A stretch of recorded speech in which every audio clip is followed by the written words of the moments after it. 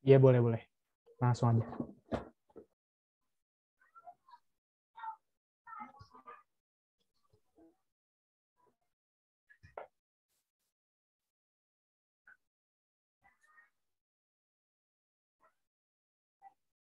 Oke, udah kelihatan nih, Put.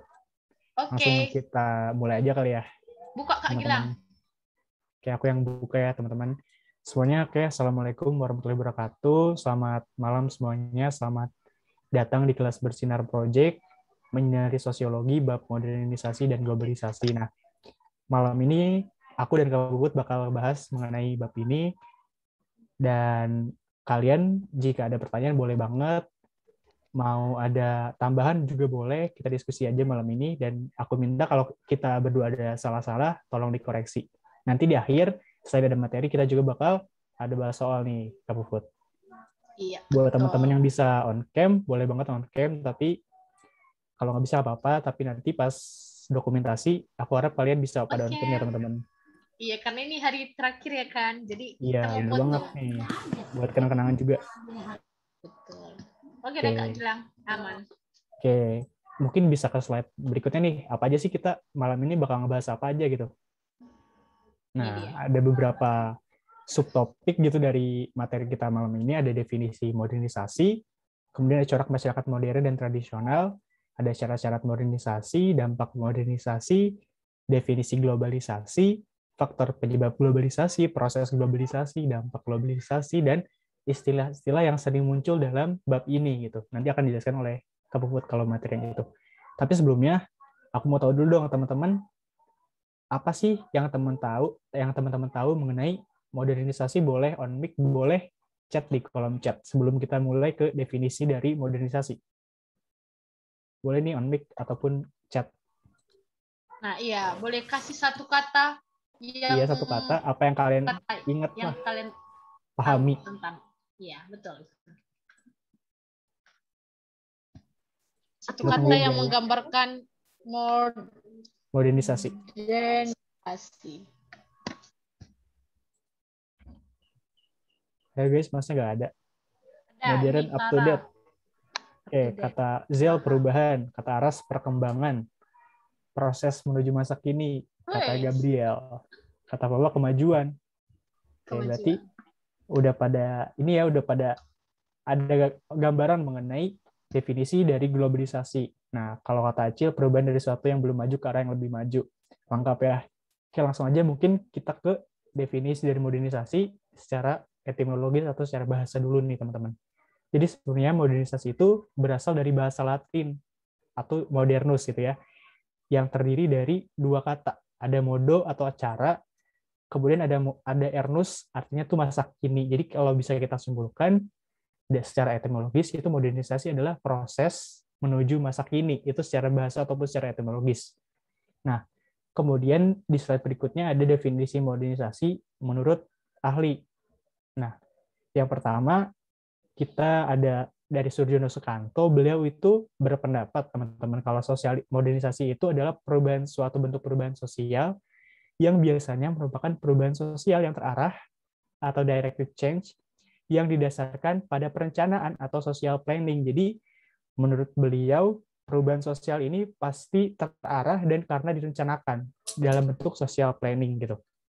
Kemudian ada definisi dari Alex Inkeles nih. Modernisasi adalah sikap-sikap tertentu yang menandai manusia dalam setiap masyarakat modern. Jadi masyarakat modern itu punya sikap-sikap yang menandai, itu yang di dikemukakan oleh Alex Inkeles. Nah, dari pendapat Surjono Sukanto dan Alex Inkeles ini, kita bisa simpulkan nih sama-sama kalau modernisasi itu adalah perubahan sosial menuju masyarakat modern yang terarah karena ada suatu perencanaan, gitu teman-teman. Sampai sini ada yang mau ditanyain nggak teman-teman? Apa udah paham?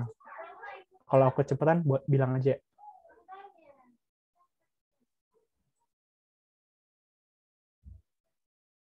Paham berarti ya?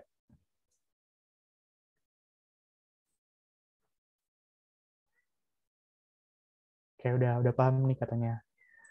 Oke, kita bisa contoh perubahan bentuk yang terarah gitu gimana, Kak? Oh, kerasin dikit ya, Kak, suaranya. Oke, nanti aku kerasin dikit. Suaraku kurang kencang ya? Contoh perubahan yang bentuk yang terarah. Gimana Perubahan ya, Kak? bentuk yang terarah. Nah, mungkin sekarang kita lihat ini perkembangan zaman ini mungkin kayak nggak beraturan ya, kayak tiba-tiba gitu. Tapi sebenarnya itu kita lihat itu kalau misalnya kita pelan-pelan ikuti, sebenarnya itu terarah gitu. Kayak apapun yang terjadi sekarang itu kayak modernisasi itu pelan-pelan diarahkan ke kita, kayak semuanya ada plan-nya gitu. Kayak ini pertama-tama awalnya mungkin kayak aplikasi kan yang dibuat sama itu pencipta Facebook. Awal-awal Facebook gitu yang diciptain gitu. Baru tiba-tiba dia collab sama Instagram. Nah, baru pada akhirnya gimana sekarang? Dia itu mau buat itu kan, Meta kan. Dunia yang baru itu kan, yang dimana sekarang orang itu udah nanti dia mau merencanain bakal manusia itu bisa jumpa langsung secara daring, tapi kayak nyata gitu kan. Nah, itu kan perencanaan gitu kan, kayak terarah. Dia pelan-pelan tuh, tapi kita nggak sadar kalau sebenarnya itu udah diarahkan sama dia gitu. Ada tahapan yang dia buat gitu, tapi kita nggak sadar. Tapi kalau misalnya kita lihat kilas balik ke belakang, sebenarnya itu dia itu udah ngarah, udah dari awal itu udah mau tahu tujuan dia gimana gitu, membuat suatu perubahan itu gitu. Oke, itu apa yang masukan dan tambahan juga dari Kak Put mengenai yang namanya perubahan sosial yang terarah. Jadi intinya kalau perubahan sosial yang terarah berarti udah pasti ada perencanaan sebelumnya, kayak misalkan gini, fasilitas publik itu kan suatu perubahan yang terarah. Sebelum pemerintah membuat fasilitas publik, pasti pemerintah juga melakukan yang namanya social planning atau suatu perencanaan dulu nih, gimana baiknya agar si fasilitas publik itu bisa bermanfaat gitu dibangun. Itu salah satu bentuk dari perubahan sosial yang terarah juga, salah satunya teman-teman. Mungkin bisa kita lanjut ya dari definisi modernisasi ke materi selanjutnya nih, Kemput. Oke, lanjut ya. Ke ini. Corak masyarakat modern dan corak masyarakat tradisional. Nah, yang pertama kita mau bahas tentang kayak mana corak masyarakat tradisional dulu ya. Jadi kita lihat dulu yang di belakang dulu gimana. Nah, ini suaraku nggak ada nyium-nyium kan? Aman kan? Kalau ada langsung bilang lagi ya. Ada Kemput dikit tapi. Ada. Iya, tapi sekarang Ya udah jelasin. ampun, ya ampun. Agak struggle ya. Iya, ya. Udah Mengganggu jelas banget kan? nggak? Udah nggak terlalu kedengeran. Ini kalau aku udah bicara langsung bunyi laptopnya, agak emosi. Nah, oke ya. Kayak suara blender. Nah, oke. Aku lanjut ya. Nah, corak masyarakat tradisional. Yang pertama itu afektivitas gitu. Nah, kalau misalnya kita lihat nih di pencarian itu, afektivitas itu kata dasarnya afeksi gitu kan. Nah, itu kayak suatu penyampaian emosi gitu, kayak penyampaian perasaan gitu. Nah, jadi di masyarakat tradisional itu afektivitas itu kuat gitu, kayak penyampaian emosi itu kuat gitu. Jadi antara sesama masyarakat tradisional itu dia itu punya ikatan yang lumayan kuat. Jadi ketika ada masyarakat yang satu punya suatu yang ganjal di hatinya ataupun ada perasaan yang gak enak, dia tuh dengan mudahnya menyampaikan emosi kepada sesama dia gitu. Karena ikatannya itu juga lumayan kuat.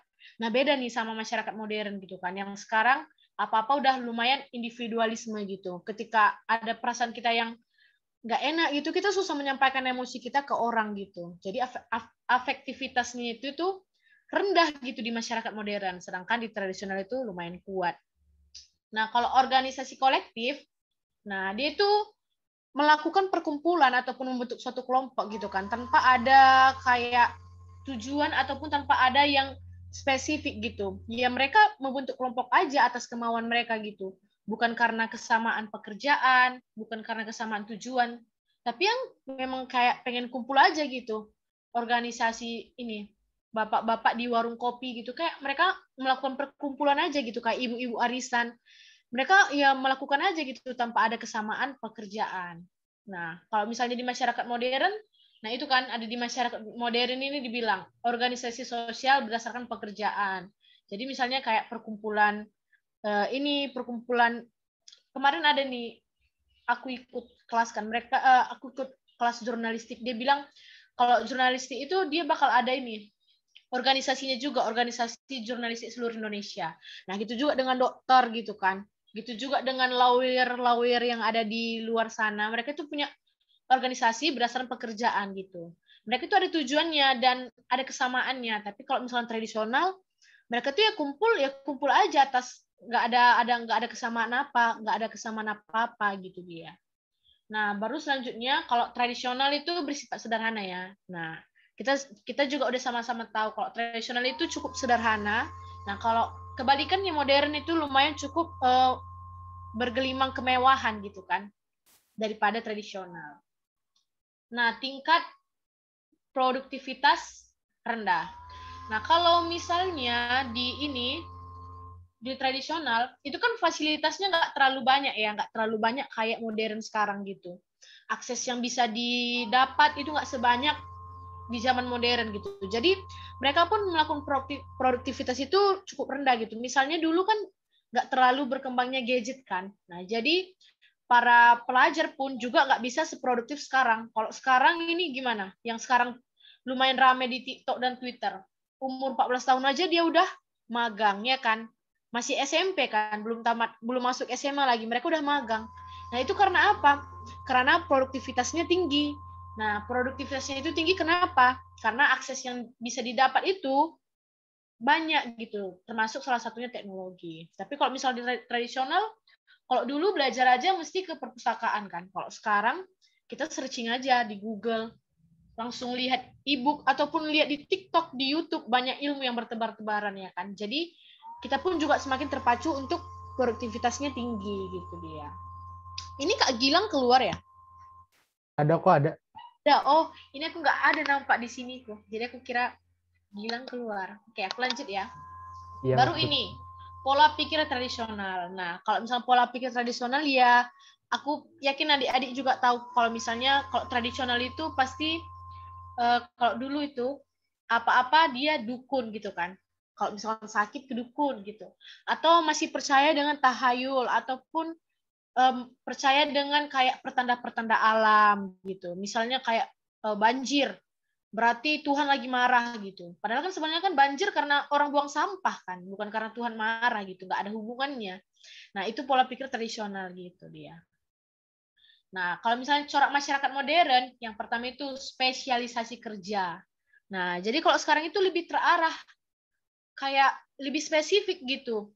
Ada setiap pekerjaan yang ada, setiap kelompok yang ada itu lebih spesifik dan lebih kayak spesialis gitu, kayak lebih ahli gitu. Kalau misalnya ibaratnya kayak dokter gitu kan, dokter pun juga udah banyak sekarang spesialisasinya gitu, banyak lebih ahlinya juga. Misalnya jurusan-jurusan yang ada, misalnya aku bawain contohnya misalnya jurusanku komunikasi gitu. Nah itu dia lebih spesialisasi lagi, ada jurnalistik, ada perikanan, ada public relation gitu kan. Kalau hukum ada jaksa, ada pengacara gitu, semua itu lebih spesialisasi gitu dia. Nah, selanjutnya itu organisasi sosial berdasarkan pekerjaan. Nah, tadi aku udah jelasin ya kalau misalnya pekerjaan dia itu tadi kayak dia itu punya kesamaan dalam organisasinya gitu, ada tujuannya. Baru perekonomian berdasarkan sistem perdagangan dan jasa. Nah, ini juga kalian udah pasti tahu kan. Kalau misalnya tradisional itu pasti bertani di sawah gitu kan. Nah, tapi kalau misalnya modern sekarang perdagangan yang ramai, jasa yang ramai, industri yang ramai gitu kan. Nah, spesifikasi. Nah, spesifikasi itu juga hampir sama kayak spesialisasi. Semua hal itu kayak lebih spesifik gitu, kayak lebih jelas gitu. Ada apanya? Ada aturannya, ada juga SOP-nya gitu, kayak nggak asal-asal doang gitu dalam melakukan suatu kegiatan ataupun pekerjaan itu semua spesifikasi, ada peraturannya gitu. Nah, baru ada pola pikir rasional. Nah, pola pikir rasional ini, nah itu tadi dia yang kebalikan dengan tradisional ya. Jadi dia itu lebih ilmiah gitu. Kalau misalkan ada sesuatu yang terjadi, langsung dicari pembuktiannya gitu. Misalnya kayak ini virus COVID-19 gitu. Kalau masyarakat modern ya pasti virus ini diteliti kan. Pasti virus ini dicari tahu nih kayak gimana sih tentang virus ini gitu. Itu pola pikir rasional. Tapi kalau misalnya tradisional mungkin ketika ada virus ini mungkin dikaitkan dengan dikaitkan dengan agama ataupun dikaitkan dengan konspirasi gitu dia. Oke, paham ya? Kalau misalnya ada yang mau ditanya, langsung tanya. Kalau ada yang nyiung-nyiung langsung bilang. Kita lanjut ya.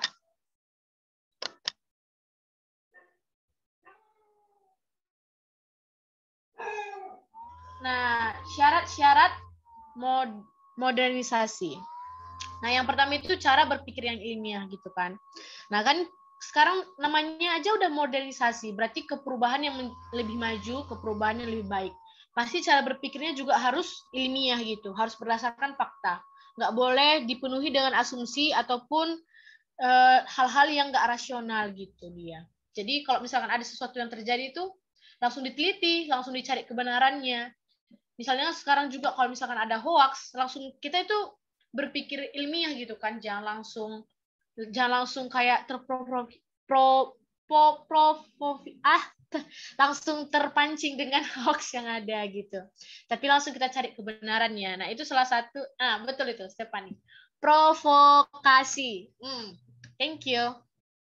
Nah, yang kedua, sistem administrasi yang baik untuk mewujudkan birokrasi. Jadi misalnya kayak contohnya pemilu, ataupun waktu kita antri vaksin, waktu kita mengisi data-data kita waktu kita vaksin, ataupun waktu kita daftar ke perguruan tinggi kita yang baru nantinya ya kan kalian. Nah, itu semua sistem administrasinya itu baik gitu, terarah. Apalagi sekarang kan udah zaman ini ya, zaman online gitu. Kayak contohnya surat vaksin itu udah bisa kita akses di aplikasi itu kan. Nah, ya betul itu. Di situ kita udah bisa lihat kan sekarang kayak semua itu dipermudah gitu. Tapi walaupun sekarang itu udah semua dipermudah, tapi tetap harus baik gitu kan. Jangan kayak berani mencoba untuk online, tapi ternyata nggak mumpuni gitu, nggak sanggup untuk melakukan administrasi yang baik. Nah, jadi ketika udah terjadi perubahan, sistem administrasi yang ada pun di negara kita ini harus baik juga gitu dia. Nah, yang ketiga itu hampir sama, sistem pengumpulan data yang baik, teratur dan terpusat. Nah, sekarang itu data yang kita punya, misalnya kayak dalam satu, kalau misalnya kita daftar ini, jadi mahasiswa baru gitu kan. Nah, pengumpulan data kita itu udah tersusun rapi gitu di pusat sistem informasi universitasnya. Jadi ketika kita ini punya suatu gimana ya, kalau misalnya kita ada keperluan kan tentang data kita, misalkan kita kayak misalnya contohnya mau ikut ini Merdeka Belajar gitu kan waktu di universitas. Jadi kita tahu nih, kita mau ambil data-data kita itu kita tahu mau kemana karena sistemnya itu udah terpusat gitu. Jadi kita nggak bingung-bingung lagi. Nah, misalnya kalau di SMA itu bagian data-data itu pasti diurus sama tata usaha gitu dia kan. Nah, selanjutnya penciptaan iklim yang menyenangkan dari masyarakat terhadap penggunaan alat komunikasi. Nah, jadi harus gimana ya? Ketika komunikasi massa itu sudah berkembang gitu kan, sudah melakukan modernisasi. Nah, masyarakat itu juga harus bisa menciptakan iklim yang menyenangkan terhadap komunikasi yang berkembang itu gitu. Jangan malah menciptakan iklim yang nggak menyenangkan gitu. Kalau menciptakan iklim yang nggak menyenangkan, pasti nanti komunikasi ataupun teknologi yang ada itu bakal hilang ataupun punah gitu. Misalnya kayak sekarang gitu kan, alat komunikasi udah makin di-upgrade untuk menyenangkan manusia itu sendiri gitu kan, masyarakat itu sendiri. Misalkan yang dulu kameranya itu cuma di belakang, nah sekarang kameranya ada di depan dan itu bisa ada 3, ada 4, ya kan? Nah itu tujuannya apa? Menciptakan iklim yang menyenangkan untuk masyarakat gitu, supaya masyarakat itu nyaman sama alat komunikasi yang ada gitu dia. Nah selanjutnya ada tingkat organisasi yang tinggi. Jadi maksud dari tingkat organisasi yang tinggi itu adalah pengorganisasian ataupun penyusunan gitu. Jadi yang kayak tadi aku bilang ke kalian, sekarang itu semuanya udah tertata rapi, udah tersusun rapi. Ada SOP-nya gitu. Misalnya apa ya? Contoh sederhananya kayak kita kemarin daftar vaksin kan. Jadi itu kita nggak asal daftar aja langsung disuntik gitu, enggak kan.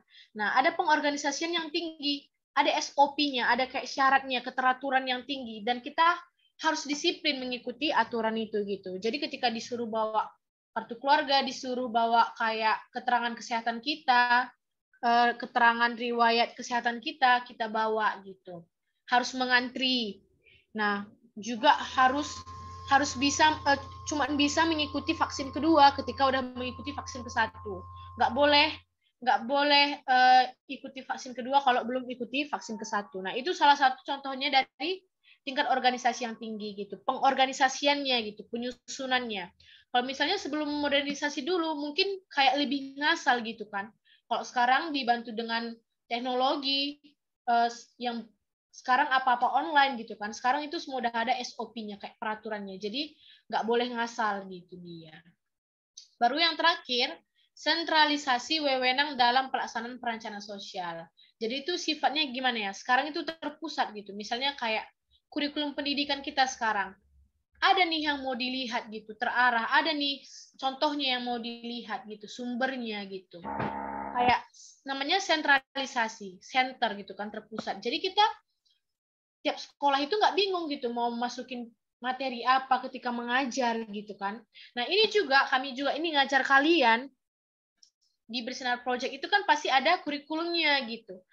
Kami ada nih tahu sumbernya itu dari mana gitu kan. Kami tahu materi apa yang mau kami bawain. Jadi nggak ngasal, nggak nggak kayak ya udahlah aku bawa ini aja lah ya materi tentang perubahan sosial aja lah kan gitu kan. Aku maunya perubahan sosial gitu. Padahal ternyata di perencanaan dari Bersinar Project-nya sendiri materi perubahan sosial itu nggak ada gitu. Nah itu dia ya. Jadi kalau misalkan karena modernisasi ini ada nih sentralisasi wewenang, ada pusatnya, ada sumbernya. Jadi kita harus mematuhi itu gitu dia. Oke, kalau ada yang mau ditanya langsung dibilang di chat. Misalkan ada yang kurang jelas atau kayak membingungkan. Nah, Kak Gilang ada nggak mau ditambahin, Kak? Dari aku cukup sih tadi mengenai syarat-syarat modernisasi menurut Surjono Sukanto. Udah clear mungkin.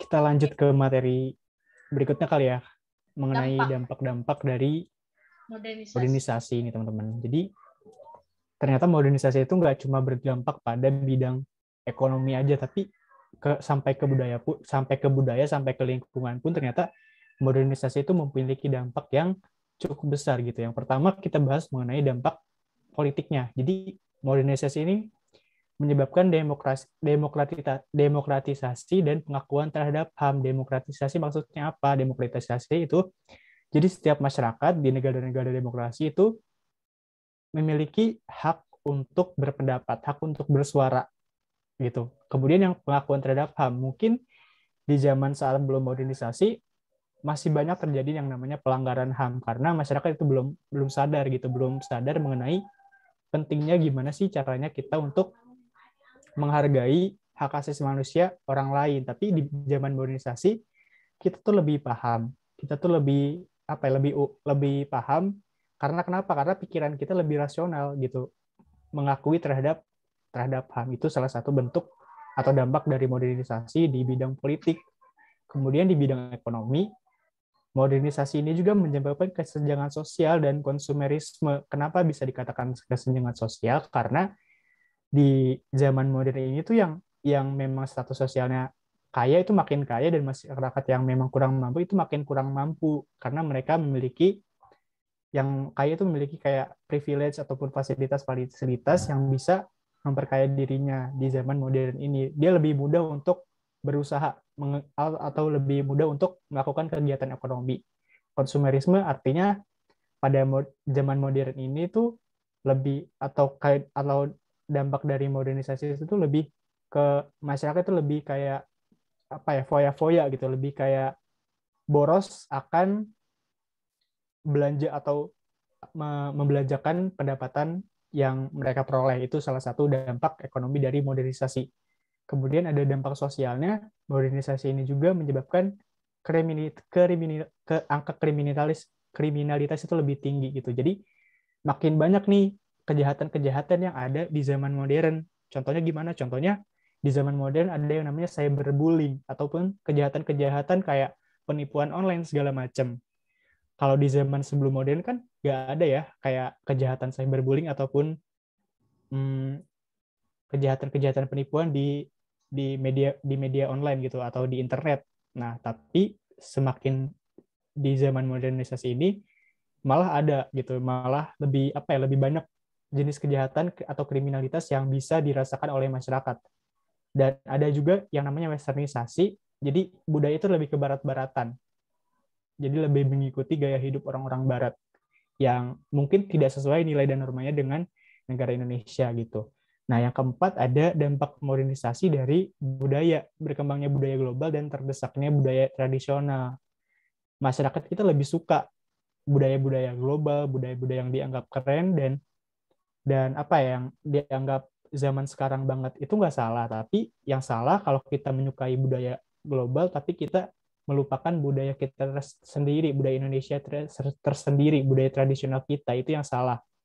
Yang benar itu kita kita kita nggak apa-apa ini apa ya, apa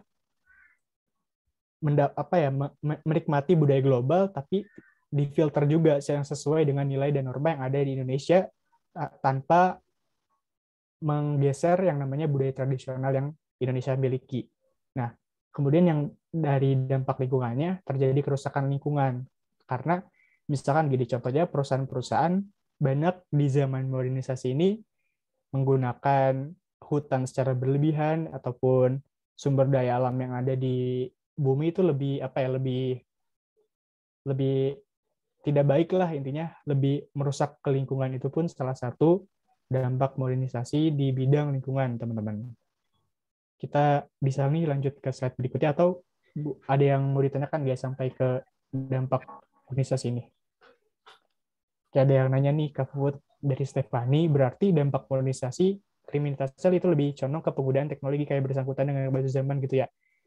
Iya, lebih ke ini sih, karena kan modernisasi kejahatannya itu lebih banyak di internet gitu, kayak penipuan ataupun penipuan secara online ataupun kayak cyberbullying, tapi nggak menutup kemungkinan kriminalitas secara kayak tawuran ataupun kriminalitas kriminalitas biasa yang memang sudah terjadi sebelum adanya modernisasi itu ada juga gitu di zaman sekarang. Gitu. Stephanie. Nah, aku mau nambahin sedikit ya. Ini kan dampak modernisasi yang ini kan ada kayak lebih ke negatif gitu kan kebanyakannya. Jadi aku mau nambahin sedikit kalau misalkan yang positif gitu kan. Jadi kan Ya, ya, karena modernisasi ini kan kita kan makin mudah mengakses teknologi gitu. Nah, jadi kalau misalnya dulu sebelum modernisasi, kita tuh kesadaran kita akan sesuatu hal itu mungkin kayak sedikit gitu, kita nggak sadar akan banyak hal gitu. Tapi karena modernisasi ini dan ada penggunaan teknologi, apalagi sosial media sekarang itu, kita kayak jadi mudah sadar. Kalian sadar nggak sih, dulu itu sebelum kayak ramainya di sosial media dan di teknologi sekarang ini, kita itu kayak belum tahu tentang yang ini, tentang yang kayak kesetaraan gender gitu kan. ya, ya.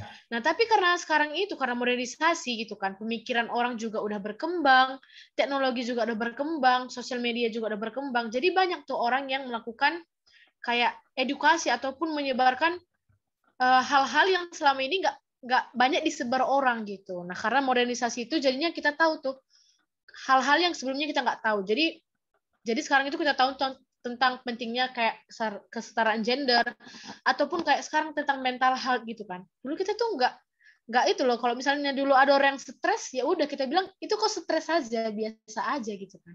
Kayak sesuatu hal yang biasa gitu. Tapi sekarang karena modernisasi, teknologi makin canggih, sosial media yang makin besar, banyak hal-hal yang dulu kita nggak sadari, sekarang makin kita sadari gitu. Jadi modernisasi ini tadi itu sih kayak kata Stephanie juga lebih condong ke penggunaan teknologi gitu. Karena itu suatu hal yang kayak se se se apa ya? Kayak sama gitu, dia kayak satu jalan gitu. Modernisasi itu nggak terlepas dari teknologi dia gitu. Itu tadi dampak positif dari modernisasi di bidang sosial ya, Kak, mengenai kesetaraan gender. Kalau budaya sih, kalau menurut aku dampak positifnya modernisasi dari misalkan budaya di Indonesia, modernisasi itu lebih ke ini. Misalkan gini, budaya Indonesia itu dijadikan apa ya namanya? Misalkan batik. Batik di era modern itu lebih kayak ada nih para apa ya, para kayak perancang busana yang jadiin batik lebih kayak modern gitu, yang bisa digunakan oleh anak-anak muda. Itu kan salah satu bentuk modernisasi di bidang budaya yang positif. Kenapa positif? Karena si batik ini bisa digunakan sama kalangan muda, tapi si kalangan muda itu nggak ngerasa terlalu nggak zaman gitu, karena udah dimodifikasi gitu batik atau bentuk budaya Indonesia ini menjadi lebih modern gitu. Itu salah satu dampak positif dari modernisasi di bidang budaya gitu, teman-teman. Ini ada nanya nih, kayak tren di IG gitu juga nggak Kak? Nah ini kan mumpung lagi ini ya berhubungan sama modernisasi. Nah aku mau nanya sama kalian jawab di chat. Menurut kalian tren di IG itu apa sih nama trennya itu? Yang itu loh kayak yang tunjukin foto kamu lagi di sini, apa nama Oh iya ya, nama apa ya? panggilan gitu ya Kak. Ya apa sih nama trennya itu, nama fiturnya? Show yours gitu kan, show yours. Bukan anak Iya iya IG. iya. Nah, kalian yang tahu tentang fitur itu, menurut kalian itu harus dihapus atau gimana? Itu kan salah Kasih satu pendapat ya modernisasi teman-teman. kan? Menurut kalian harus dihapus atau gimana? Nah, yang ini yang main IG, yang tahu tentang itu. Ada yang bilang dihapus, ada yang nggak perlu nih Kak katanya. Hmm. Beda-beda nih. Ada yang juga yang bilang tergantung. Nah, jadi itu ada namanya tren, misalkan yang ini ya, ini kalian pasti nggak buka IG karena lagi sibuk belajar ini ya kan. Jadi kan nggak tahu tentang fiturnya, jadi kalian ini kan kalian pasti hiatus dari Instagram, jadi kalian nggak tahu fiturnya. Jadi ada fitur di Instagram itu kayak show yours gitu, kayak tunjukkan punyamu gitu. Jadi kita bisa terserah sih mau buat apa fiturnya gitu. Misalkan tunjukkan buku kesukaanmu, tunjukkan lagu kesukaanmu gitu, tunjukkan kasih tahu dong nama singkatan kamu apa gitu. Nah, jadi ada tuh kemarin yang buat gitu, kayak tunjukkan nomor HP-mu ataupun apa nama kepanjanganmu gitu. Jadi karena hal itu bisa terjadi kayak scamming gitu loh, kayak scamming data diri gitu. Pengumpulan data diri. Jadi awal-awalnya ditanya nama, baru kemudian ditanya kayak nomor HP, baru tempat tanggal lahir. Jadi kan kalau di scamming ataupun dikumpulin gitu kan, istilahnya itu scamming, itu bisa jadi pencurian data diri. Nah, jadi aku tanya sama kalian, menurut kalian itu mesti dihapus atau enggak gitu ya tadi. Kalau menurut aku sih lebih ke gimana caranya kita untuk ngegunainnya, tapi lebih hati-hati aja sih, nggak usah perlu dihapus juga gitu kalau menurut aku. Nah, iya betul ya. Itu salah satu dampak modernisasi loh. Kita nggak boleh mengelak dengan kecanggihan yang ada gitu. Jadi ketika Instagram membuat fitur, kita tuh nggak boleh menutup diri kita dengan fitur yang mereka berikan gitu. Tapi lebih baiknya kita menjadi pengguna yang selektif Bijak. gitu. Iya betul tuh. Tergantung orangnya. Karena kan dia kan memberikan kebebasan kepada kita membuat pertanyaan seperti apa gitu kan. Jadi kita boleh bebas nih nanya makanan kesukaan. Nah itu kan nggak termasuk data pribadi ya. Misalnya warna kesukaan. Nah itu kan nggak termasuk data pribadi. Tapi nanti kalau ditanya ini nomor KTP, ya jangan dikasih tahu lah. Nomor PIN ATM, jangan dikasih tahu dong gitu kan. Nah jadi itu bukan salah fiturnya, bukan salah Instagramnya, tapi salah penggunanya ya kan. Oknum-oknumnya. Betul. Jadi itu berhubungan ya sama modernisasi. Kita nggak akan tahu 3 tahun ke depan, 4 tahun ke depan fitur apa yang akan ada gitu. Mungkin bisa lebih berbahaya lagi, bahkan bisa mengancam nyawa kita sendiri gitu kan. Kayak yang dulu tuh ada yang Pokemon itu nggak sih? Yang kita cari-cari Pokemon itu kan, yang mengakibatkan banyak orang meninggal kemarin itu kan. Pasti ingat Pokemon nggak Go dulu ada. Pokemon Go? Iya kan? Nah, Iya, kita nggak ada. tahu tuh 3 tahun atau 4 tahun ke depan ada yang bisa sampai membunuh orang hanya karena dari aplikasi. Nah, itu bukan sepenuhnya kesalahan mereka gitu. Karena itu modernisasi gitu, kecanggihan teknologi. Kitalah sebagai penggunanya yang perlu hati-hati gitu dia. Oke, paham ya? Ini pasti banyak yang ini hiatus dari Instagram. Main Twitter aja dia belajar gitu. Diaktif dulu kali ya Kak. Yang betul tuh, Dave Stefani. Yang Kiki Do You Love Me itu sampai jatuh-jatuh gitu dia kan, kayak serem. Iya benar. Mungkin bisa kita lanjut kali Kak ke slide berikutnya ya. Oke, berarti ini tadi udah mengenai dampak dari modernisasi udah clear. Nah, sekarang kita masuk ke globalisasi gitu teman-teman. Definisi. Ya, definisi dari globalisasi. kita bahas dulu mengenai definisi globalisasi secara etimologis ataupun secara bahasa. Nah, globalisasi ini itu berasal dari kata globe, artinya itu bola dunia gitu ya. Kalian udah tahu dong kayak globe bentuknya kayak gimana kan? Nah, artinya kalau bisa kita simpulin berarti globalisasi artinya proses mendunia atau menuju satu dunia gitu. Jadi globalisasi adalah proses berintegrasinya dunia seakan itu waktu dan jarak itu tidak ada gitu, karena dunia itu seakan-akan jadi satu apa ya, lebih nggak ada jarak dan waktu karena tadi teknologi ataupun hal-hal yang modern yang bisa mengikis waktu dan jarak yang ada itu secara etimologis. Kemudian ada pendapat dari Selo Sumarjan, beliau berpendapat kalau globalisasi adalah proses terbentuknya sistem organisasi dan komunikasi antar masyarakat di seluruh dunia gitu. Jadi intinya tuh sistem organisasi dan komunikasi antar masyarakat. Tujuannya untuk apa? Untuk mengikuti sistem dan kaidah-kaidah tertentu yang sama. Misalnya PBB ataupun OKI, Organisasi Kerjasama Islam gitu. PBB Persatuan Bangsa-Bangsa itu definisi dari Selo Sumarjan. Kalau bisa kita simpulkan, globalisasi adalah proses terbentuknya sistem, organisasi, dan komunikasi antar masyarakat di dunia untuk menuju satu dunia gitu ya, yang tidak ada waktu dan jarak, seakan-akan waktu dan jarak itu tidak ada gitu teman-teman. Jika bisa kita simpulkan dari secara etimologis ataupun dari pendapat Selo Sumarjan gitu. Mungkin slide berikutnya akan dibahas sama Kak Pufut, tapi sebelumnya mungkin teman-teman ada yang mau ditanyakan nggak di soal definisi dari globalisasi? Atau udah paham nih? Kayak aman ya? Oke.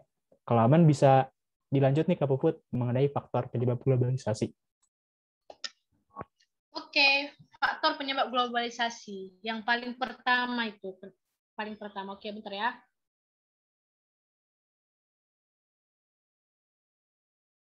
Nah, yang pertama itu ada perkembangan teknologi informasi dan transportasi. Maksudnya gimana?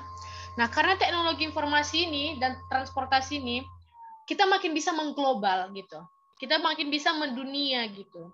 Tanpa kayak harus pergi ke sana kemari, kita itu bisa mengglobal, kayak bisa menjelajahi dunia ini hanya karena teknologi informasi gitu.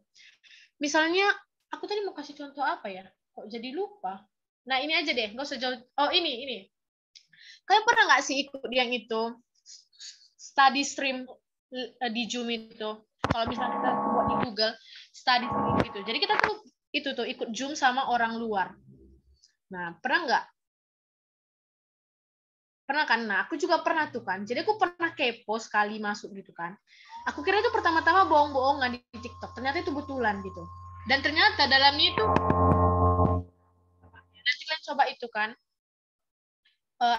study stream gitu. Jadi di sana tuh ada banyak orang luar gitu, orang Korea, Jepang, orang Barat gitu kan. Dan mereka tuh taruh nama Instagram mereka di situ.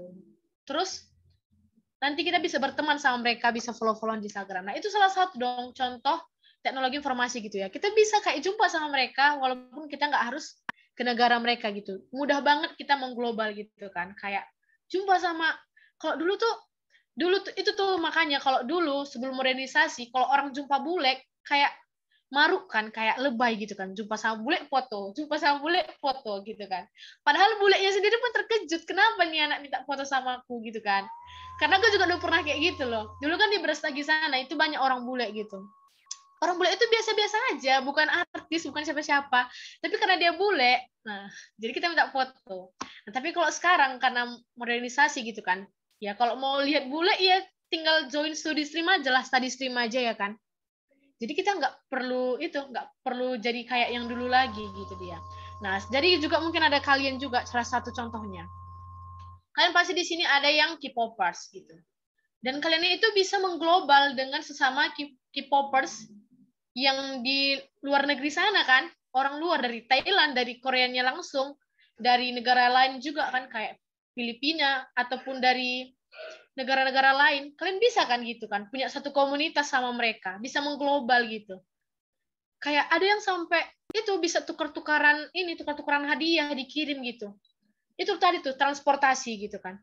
Nah, jadi kalian tuh bisa tukaran hadiah kan sama kawan kalian yang di luar negeri sana, yang kalian nggak pernah jumpa, orang orang asing sama kalian, maksudnya beda negara sama kalian.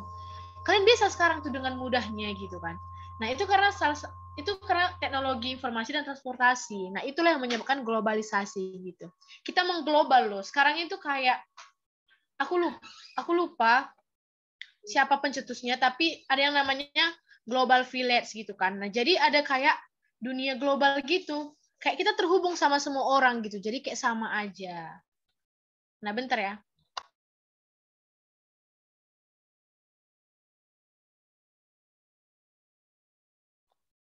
Nah, dapat kan sampai sini. Nah, itulah salah satu contohnya. Kalian mungkin nggak sadari gitu, tapi kalian salah satu orang yang mengglobal sekarang ini gitu. Nah, yang selanjutnya meningkatnya kerjasama internasional. Nah, karena sekarang apa-apa kayak dilakukan kerjasama internasional, mulai dari bisnis, budaya gitu kan. Nah, Kak tadi Global Village apa? Nah, aku lupa kemarin siapa sih pencetusnya. Bentar ya. Bentar.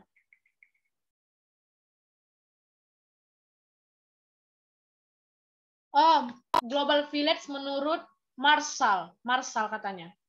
Ini dulu dia kenalkan konsep ini di tahun 60-an gitu. Jadi dia bilang, nanti kita bakal kayak sampai di satu titik global village itu. Artinya kayak desa yang mengglobal gitu. Nggak ada lagi pembatas di antara kita gitu. Nggak ada lagi yang membuat kita itu nggak bisa mengglobal, nggak bisa jumpa orang lain gitu. Dia bilang pada tahun 60-an itu, suatu saat nanti kita bakal ada di masa di mana kita itu semua itu bisa gabung gitu. Tanpa adanya batasan gitu. Kayak contohnya kalian lah, ini salah, mungkin ada satu desa lain yang army.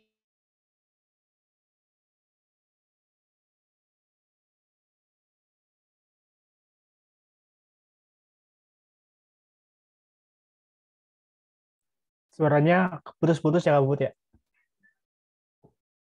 Oke, aku lanjutin aja teman-teman mengenai faktor dari penyebab globalisasi. Teman-teman tadi kan udah jelas ya sama Kak Puput, meningkatnya nomor satu perkembangan teknologi informasi dan transportasi udah dikasih contoh.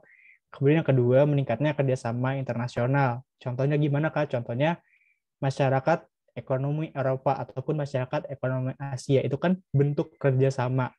Jadi di organisasi tersebut masyarakat Eropa bisa bekerja di mana aja di apa ya di dalam bentuk di negara-negara yang tergabung dalam masyarakat ekonomi Eropa. Bentar deh, aku share screen dulu ya, teman-teman.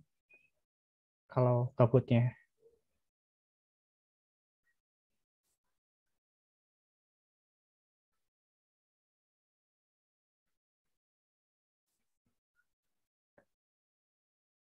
Sebentar.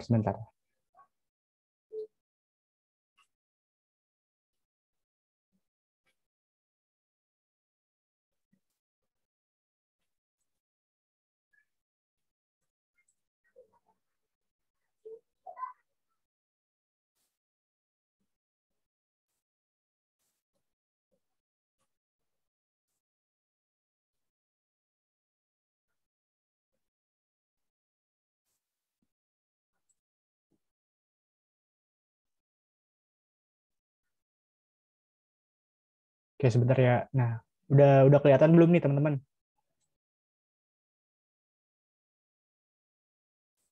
Udah kelihatan kan ya? Nah, aku lanjut ya tadi mengenai meningkatnya kerjasama internasional. Contohnya kayak masyarakat ekonomi Eropa nih. Jadi, negara-negara yang tergabung dalam masyarakat ekonomi Eropa, warga negaranya itu bebas mau kerja di negara yang ada di dalam situ gitu. Misalkan warga negara Belanda pengen kerja di Inggris ya bisa gitu. Karena itu suatu bentuk kerjasama internasional yang dalam bidang ekonomi, artinya nggak ada lagi nih batasan-batasan harus kerja di dalam negara tertentu atau negara Belanda aja gitu. Tapi kita bisa bekerja di negara luar negeri juga asal tergabung dalam organisasi masyarakat ekonomi Eropa. Itu salah satu bentuk kerjasama internasional yang bisa meningkatkan globalisasi atau faktor penyebab globalisasi dari meningkatnya kerjasama internasional. Kemudian yang ketiga, tadi udah sebenarnya sama-sama aja sih sama yang faktor yang pertama, kemudahan transportasi. Zaman dulu kalau kita mau Contoh, kalian masih ingat gak jalur sutra?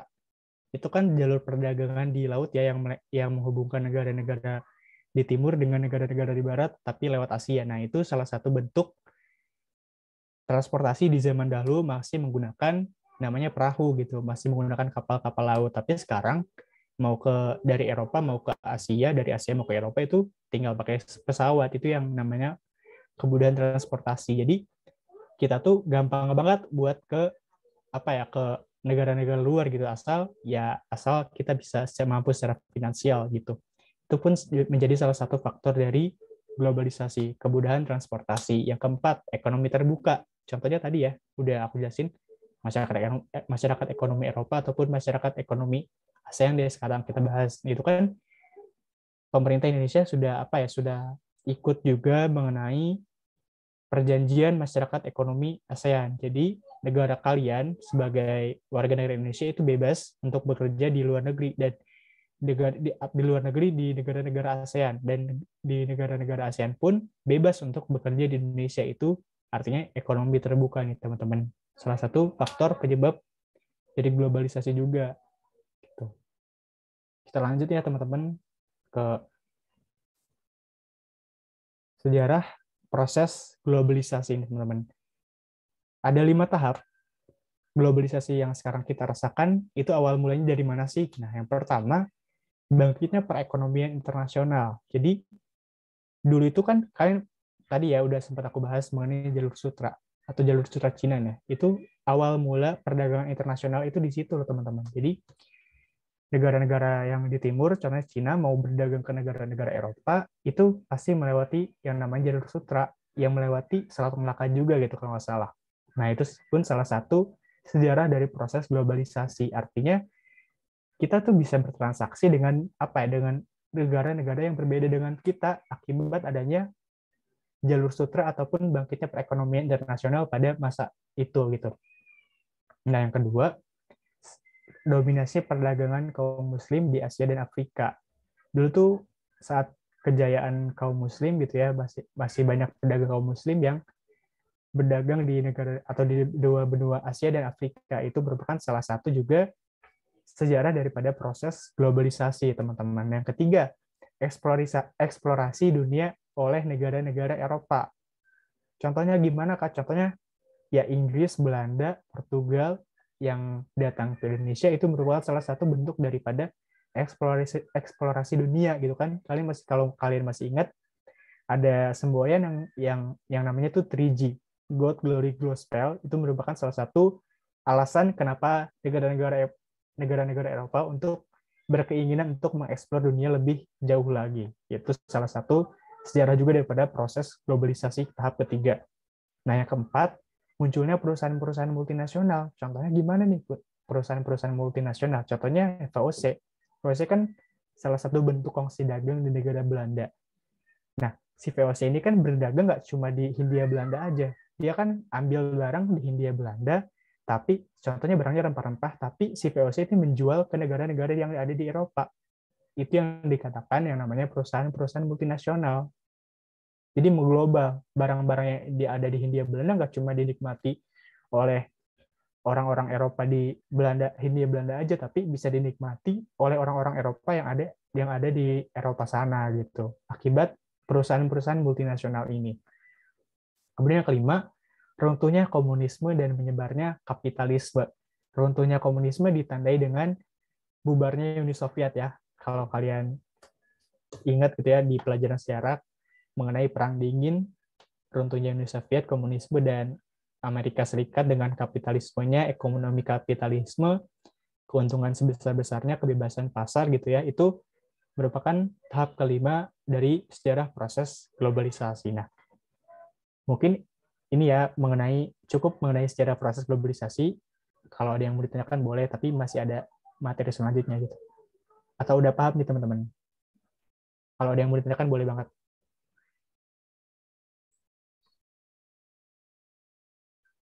Aman nggak? Udah pada paham belum?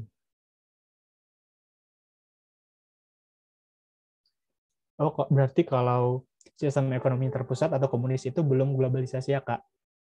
Biasanya negara-negara yang memang menganut komunisme gitu kan, kayak misalkan Korea Utara itu kan lebih kayak tertutup nih apa ya ekonominya gitu kan, perdagangannya, daripada negara-negara yang memang menerapkan kapitalisme itu sih. Jadi ya iya lebih apa ya, belum bisa dikatakan globalisasi sih kalau kayak negara-negara yang memang menutup diri gitu.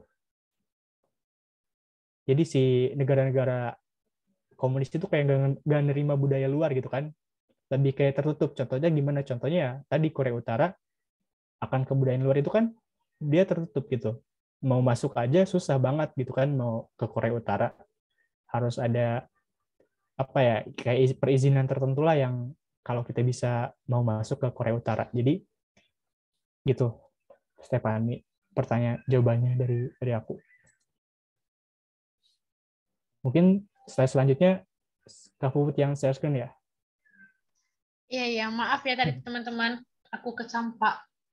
Oke, Yang oke, tadi nggak itu, apa-apa. yang tadi itu udah dilanjutin sama kamu Gilang. Yang Udah udah. Kak.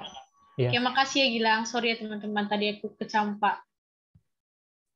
Nah, oke, aku lanjutin ya. Nah, jadi dalam proses iya, terima kasih Pruvi. Nah, jadi dalam proses globalisasi itu ada istilah-istilah yang mungkin sering kita dengar.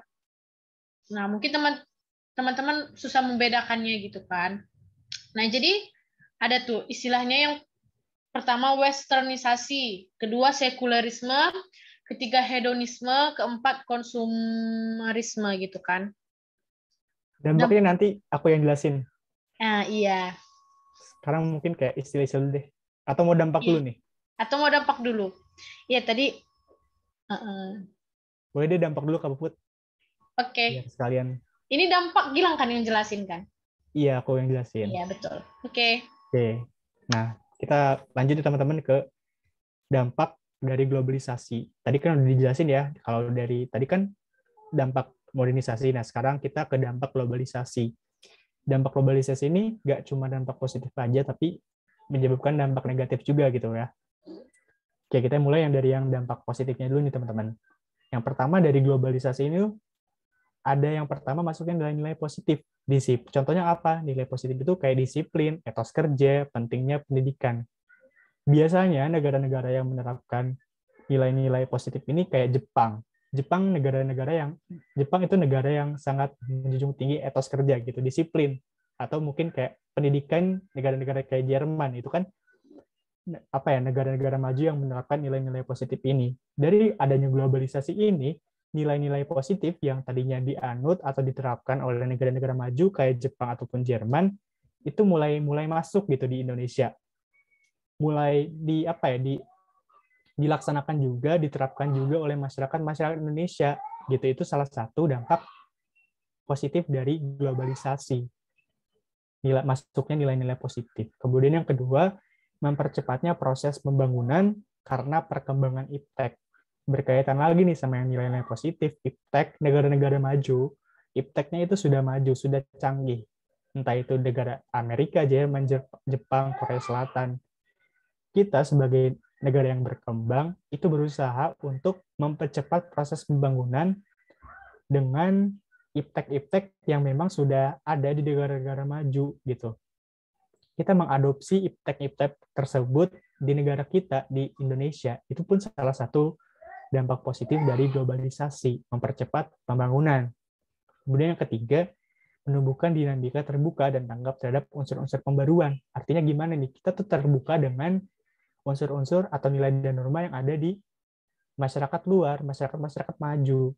Tapi kita pun dengan catatan harus menerimanya dengan hal-hal yang positif. Kalau hal-hal yang negatifnya itu nggak perlu itu.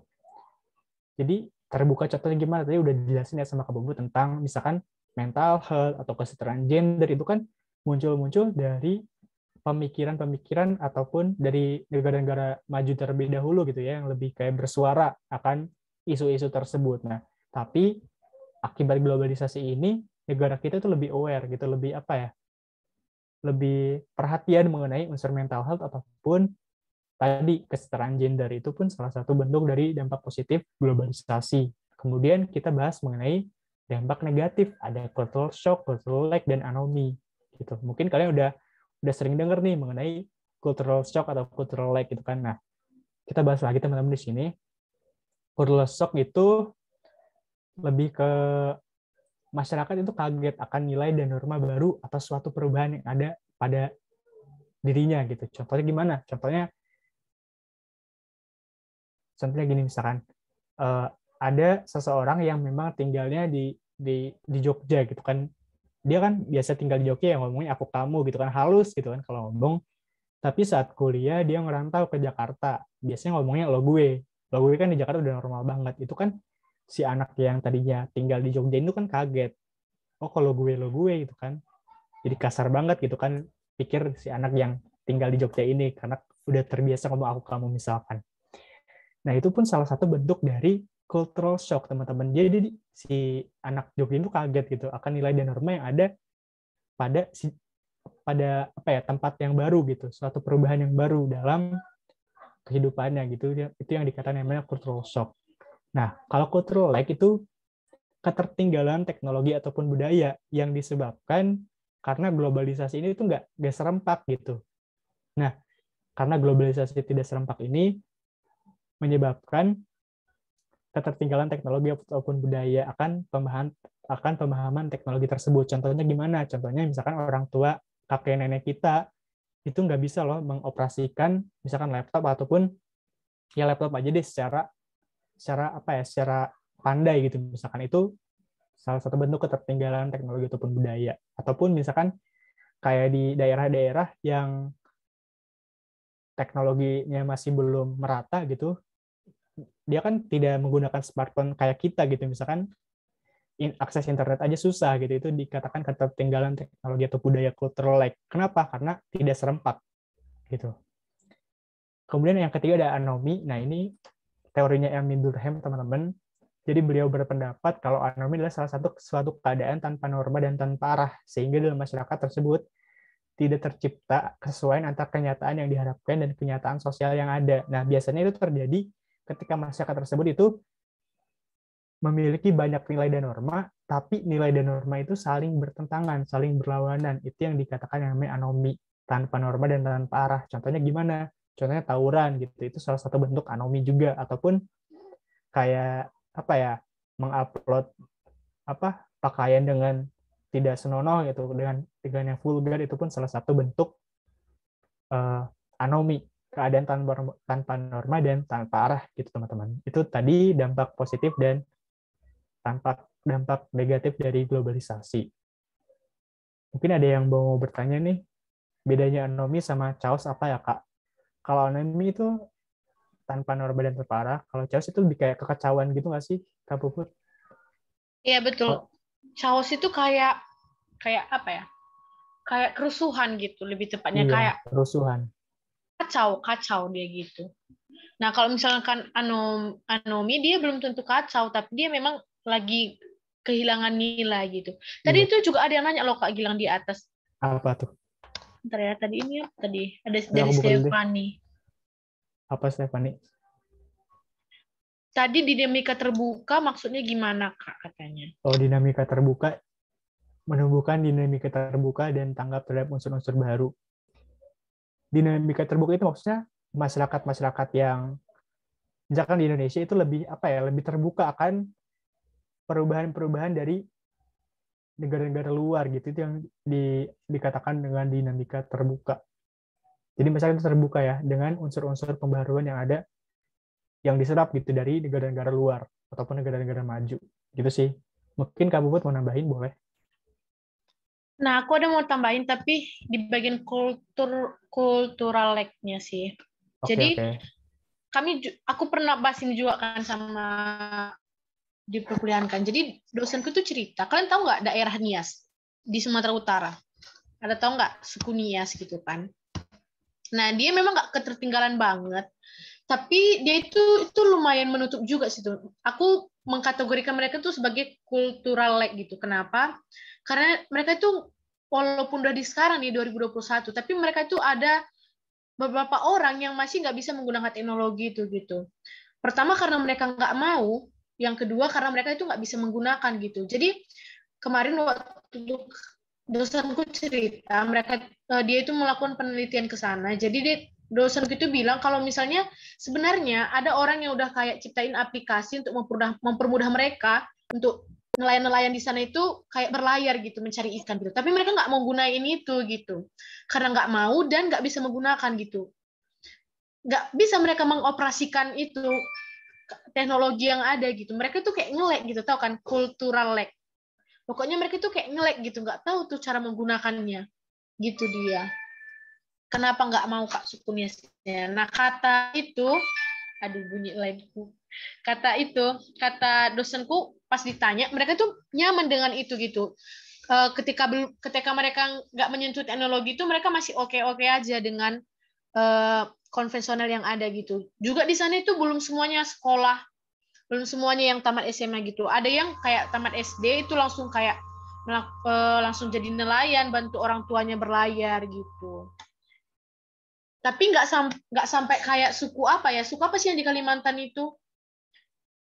Lupa aku. Tapi nggak sampai segitu sih. Beberapa dari mereka itu ada yang sekolah, tapi kayak hampir setengah itu mereka itu masih kayak tertinggal gitu. Pokoknya dia nge-lag lah gitu, nggak tahu cara menggunakan teknologi gitu dia. Nah iya, tapi nggak separah Baduy Dalam gitu.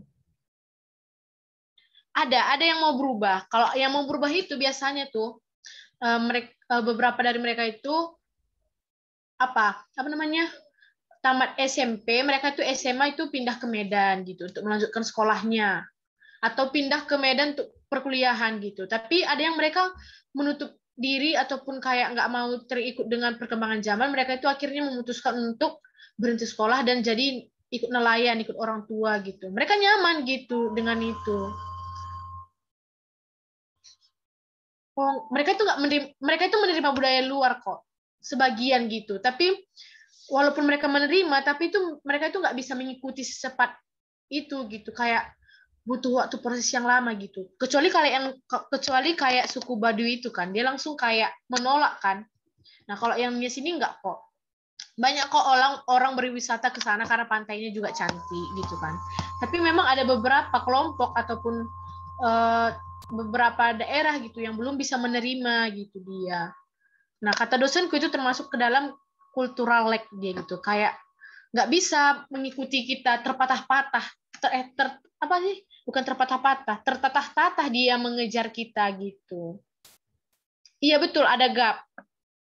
Jadi ketika nanti mereka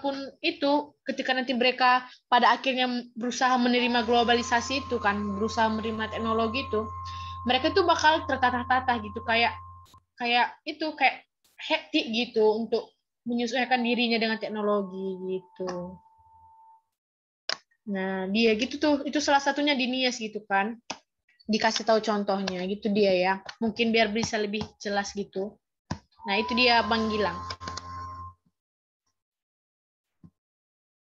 Terima kasih Kak Puput tambahannya.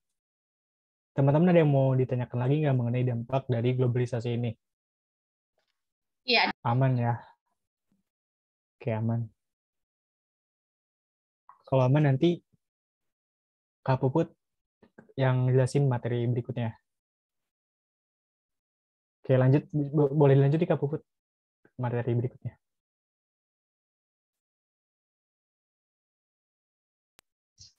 Nah, oke Kak, aku lanjut ya. Ini kata Ferdi. Opungku di Nias itu persis sekali Kak ceritanya. Iya, dosen kakak juga cerita kayak gitu. Kakak kira mereka itu udah ikutan kayak yang di Medan kan? Yang ketinggalan. Nah, kita lanjut ya. Ini istilah-istilah yang muncul dalam modernisasi dan globalisasi. Nah, opung itu sebut untuk nenek ya? Iya, betul sekali untuk nenek. Nah, ada westernisasi, tentu ya ampun, sekularisme, hedonisme, konsumerisme. Nah, jadi ini ada istilah yang muncul gitu kan semenjak ada modernisasi dan globalisasi. Yang pertama itu westernisasi. Nah, itu apa? Udah pasti tahu lah yang ke barat-baratan gitu kan. Ke barat-baratan. Which is gitu kan. Apalagi yang sekarang itu sering which is, terus Self I healing Kak, mean, self healing. iya yang Literally, sering itu, literally. literally jujur. Aduh ya ampun, ngakak aku. Apalagi kan literally, jujurly gitu kan, which is, apalagi biasanya Kalau tuh, jujur lebih ke alay kali ya. apalagi geng, anak Anak jaksel Jaksel katanya. banget. Nah iya itu tuh, nah, kayak yang ke barat-baratan gitu kan, berusaha menginggriskan semuanya gitu dia, at least. Aduh lucu. Hey, Jaksel. Stephanie tersinggung itu dia. Nah, jadi gitu kan, dia kayak pola hidupnya mulai ke barat-baratan gitu. Kayak sarapannya juga, cara makannya gitu dia. Karena modernisasi tadi tuh, karena kita tuh kan mengglobal kan. Jadi budaya luar itu pun kena ke kita nih gitu. Nah, coba kalau misalnya ke barat-baratan kan istilahnya westernisasi ya.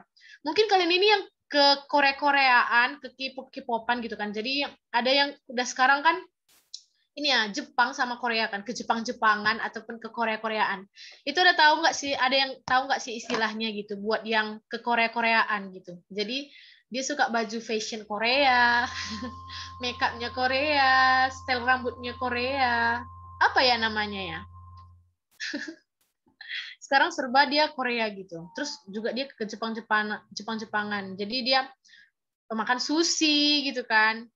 Terus sikit-sikit pakai bahasa Jepang gitu dia. Kalau kalian tahu ya apa nama istilahnya nanti kasih tahu ya, mana tahu ada nemu gitu. Karena aku belum pernah dengar tuh.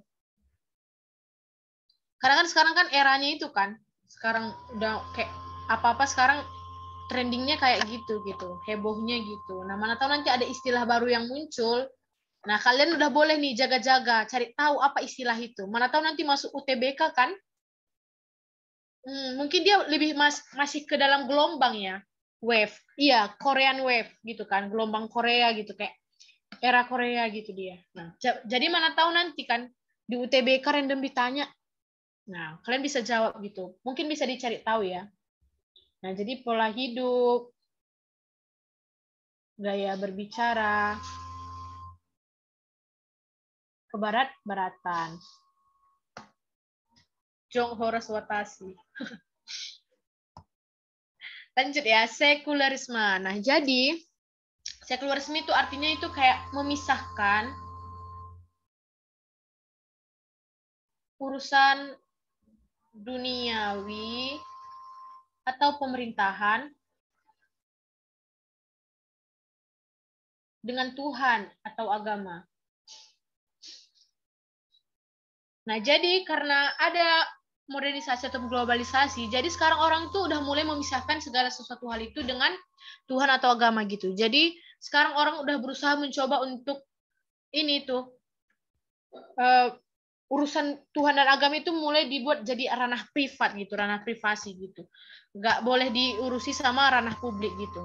Karena sekarang orang kan kayak tadi dibilangnya, karena modernisasi sama globalisasi, orang udah mulai berpikir ilmiah gitu kan. Jadi segala sesuatu itu, misalkan ada bencana yang datang, ada kejadian yang datang gitu kan, itu nggak mau lagi dihubung-hubungkan dengan Tuhan ataupun agama gitu. Tapi mereka itu berusaha untuk sekularisme. Jadi kayak berusaha untuk ilmiah ataupun memisahkan. Sekular sama liberal itu sama kakak. Nah, oke. Kita cek dulu ya. Nah, menurut Kak Gilang gimana Kak Gilang? Sama nggak sekularisme dengan liberal? Kalau menurut aku sih beda ya Kak, karena tadi udah jelasin kalau sekularisme itu pemisahan antara urusan dunia dan urusan pemerintahan gitu ya. Tapi kalau liberalisme itu lebih ke kebebasan gitu. Apa ya, lebih paham mengenai kebebasan. Kayak negara-negara liberal gitu kan, kalian pasti udah kayak dengar gak sih kayak Amerika itu negara liberal ataupun negara yang bebas. Tapi kayak kalau aku salah, tolong koreksi ya teman-teman.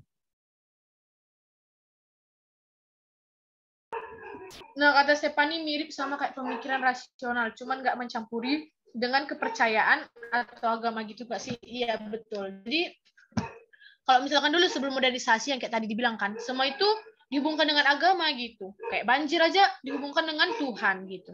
Kayak tsunami aja dihubungkan dengan Tuhan. Itu tsunami di Palu ya, tsunami ya yang di Palu itu dihubungkan dengan Tuhan gitu kan. Nah, padahal sebenarnya itu ada ilmiahnya gitu kan. Kalau misalkan kita cari tahu, itu ada hubungannya dengan kayak mana bentuk muka bumi ini, makanya bisa terjadi gitu. Nah, jadi sekarang karena ada modernisasi, orang udah mulai pinter, udah mulai cerdas gitu kan. Informasi itu bertebaran di mana-mana.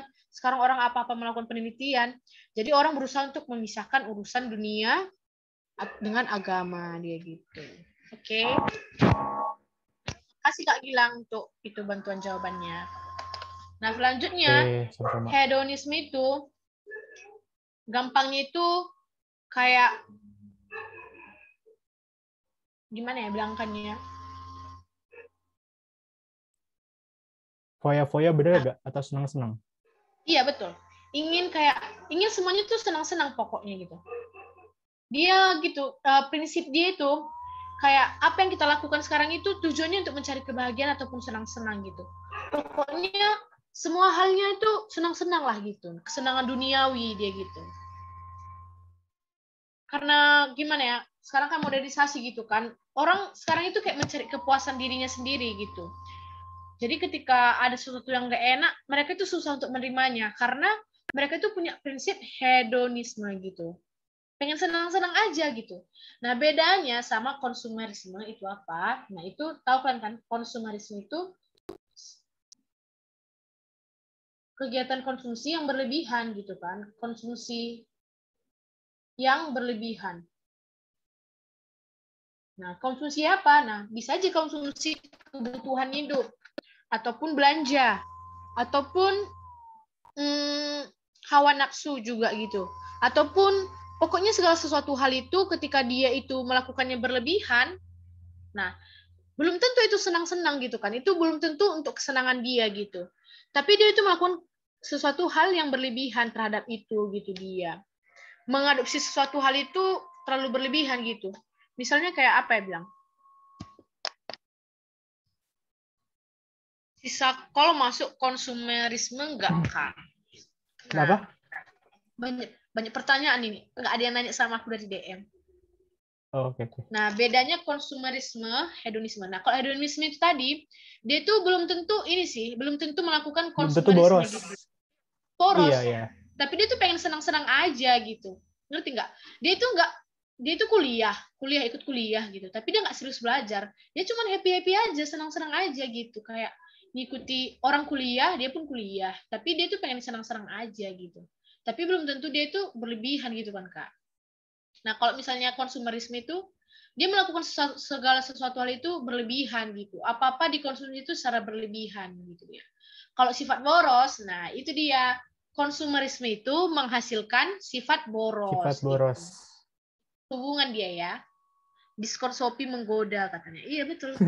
Itu salah satu konsumerisme ya. Jadi kadang ini loh, kita nggak ada tujuan mau beli apa-apa kan. Tapi karena kita buka aplikasi Shopee, jadi kita berujung membeli sesuatu. Padahal kita nggak butuh. Itu Impulsive konsumerisme buying ya. ya. Iya, betul tuh. Ini ada lagi pertanyaan. Oh, banyak.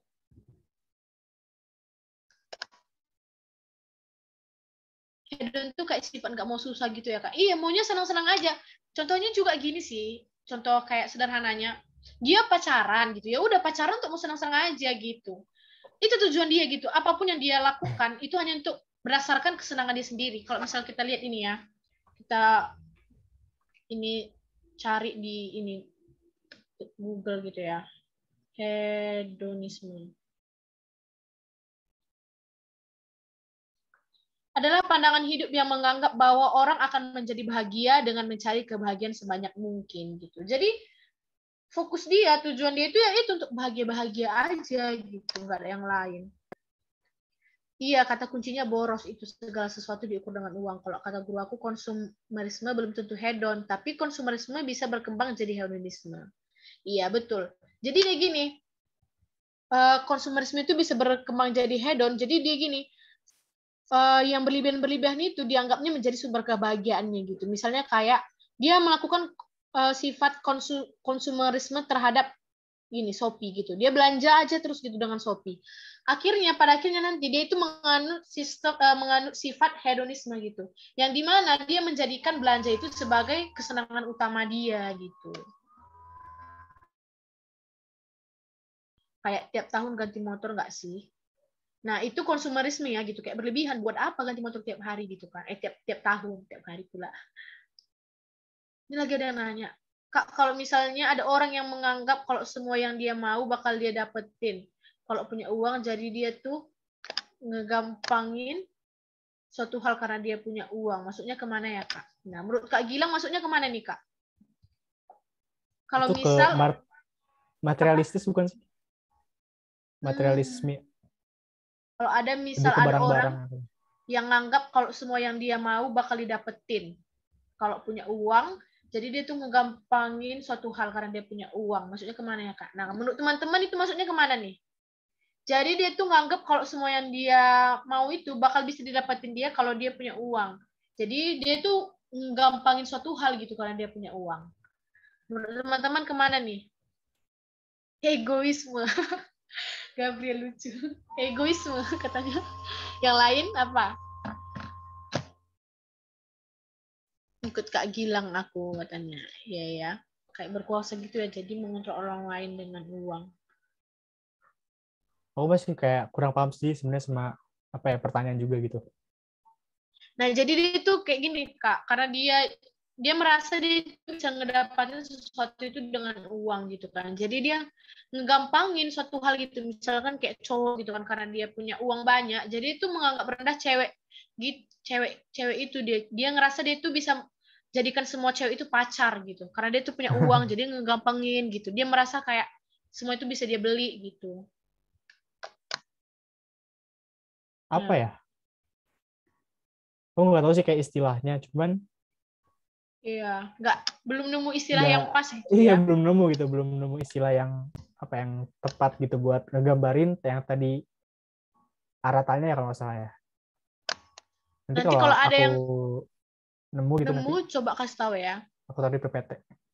Atau enggak, iya kalau ada yang tahu boleh nih komen ataupun on mic juga boleh. Iya, betul. Ini ini banyak ketimbun ini chatnya. Jadi kalau misalkan ada pertanyaan yang belum dijawab, drop ulang lagi nggak apa-apa ya.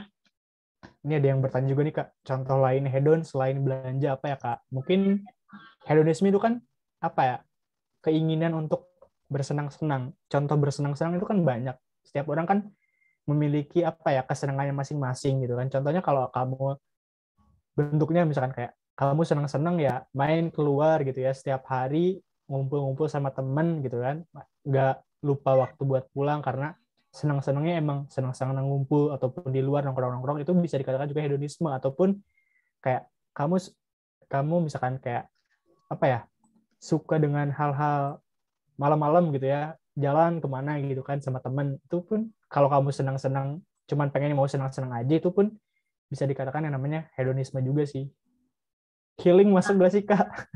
Nah, Healing nih. Jadi kalau mungkin kamu enggak sih. senang-senang, Awal-awalnya enggak. Awal-awalnya healing itu enggak masuk gitu kan.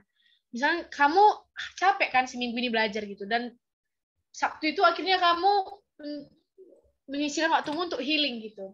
Tapi karena ini keenakan dengan healing gitu kan, keenakan istirahat, jadi akhirnya Senin, Selasa, Rabu, Kamis, Jumat, Sabtu healing. Nah, itu tuh termasuk ke hedon gitu kan. Karena pada akhirnya jadinya pengen senang-senang aja gitu kan, nggak mau belajar. Nah, gitu healingnya dia ya. kebanyakan ya Kak itu. Healingnya kebanyakan, jadi habis duitnya. Kebanyakan istirahat. Nah, itu hedon sih. Kayak boros berkedok self rewards. Betul-betul. Jadi dia gini, Nah, kayak ini tuh, kayak misalnya kalian ini nih kan, lagi masa-masa UTBK gitu. Kalian ada yang memutuskan untuk nggak mau belajar gitu. Pengen senang-senang aja gitu. Terus pengen lulus gitu. Dari mana ceritanya kan? Nah, itu tuh termasuk hedonisme ya. Kayak pengen senang-senangnya aja, nggak mau susah-susahnya aja. Nah, kalau hidup ini kan harus seimbang ya. Ada susah sama ada senang gitu dia. Jangan terlalu healing ya. Nah, boleh kalian besok healing minggu ya kan. Nah, kalau Sabtu belajar aja di Bersinar Project ya kan. ya kalau minggu istirahat aja teman-teman. Jangan terlalu berlebihan lah, jangan terlalu diforsir. Iya, betul itu. Nah, itu aja sih yang ini. Kalau misalnya masih ada yang bingung, boleh dikasih pertanyaan lagi. Ya Kami boleh banget di tunggu kolom chat. sebelum kita ke latihan soal. Latihan soalnya dibacain sama ini aja kali ya, kayak sama kalian. Iyalah, dibacain sama mereka lah. Kayak biasa. Aman, biar kita lanjut latihan soal. Katakan aman Oke, jika kalau aman, lanjut aja kali ya.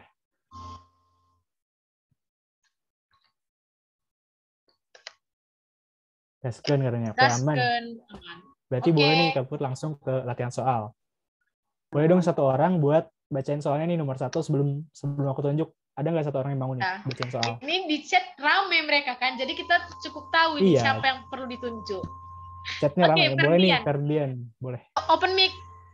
Oke, tes masuk. Masuk. Oke, latihan soal 1. Perkembangan teknologi yang semakin canggih dan kehidupan serba modern menuntut kita untuk meningkatkan skill atau keterampilan. Karena pada era globalisasi ini diharapkan adanya A. Kolektivitas kerja, B. Mengandalkan ketekunan dalam belajar, C. Loyalitas pada atasan, D. Pendirian yang teguh, E. Spesialisasi kerja. Nah, Oke, apa nih jawabannya? Ferdian. Yuk. Kalau menurut jawabannya apa kalau menurut kamu? Nah, teman-teman boleh juga drop di chat ya jawabannya. Iya, boleh. Kak. Spesialisasi kerja ya? Iya. Oke, kenapa tuh? Nah, gimana Kak Gilang? Oke, banyak yang jawabannya ya teman-teman. Jadi, kita langsung aja nih ke pembahasannya. Udah banyak yang benar sih jawabannya spesialisasi kerja. Di soal ditanyanya kan mengenai meningkatkan skill ataupun keterampilan karena pada era globalisasi ini diharapkan adanya ya spesialisasi kerja. Kenapa? Karena salah satu ciri dari masyarakat modern itu spesialisasi kerja gitu. Jadi jawabannya yang E. Tapi ada yang jawabannya yang C. Boleh dong siapa yang jawabannya yang C? Enggak. Kita diskusi bareng aja. Kenapa? Enggak, gini maksud Tira itu gini kan. Jadi kehidupan serba modern itu menuntut kita untuk meningkatkan skill ataupun keterampilan kerja gitu kan. Oh. Nah, jawabannya kan karena spesialis kerja. Padahal sebenarnya kita tuh pengen itu loh, pengen caper sama atasan kita gitu. Oh gitu, oke. Berarti aku salah paham ya? Kenyataannya gitu ya kan. Oh iya. Ngerti. Mantap nih, Ferdian. Oke, lanjut siapa lagi yang mau? Ini soal nomor 2. Belum ditunjuk sama Kak Gilang. Jadi pembahasan lengkapnya ada di teman-teman di PPT. Boleh nomor 2, siapa nih yang mau? Ayo. Guys, bacain soalnya terus jawab Hitung aja. sampai 5, kalau nggak ada ya kita tunjuk, ya kan? Tadi ramai di chat. Iya. Oi, Kwang ya, kau. Oi, ini Kwang ya buat keributan ya. Cepat, Kwang ya sekarang yuk. Nomor 2. Karena dia berusaha menghasut orang untuk keluar.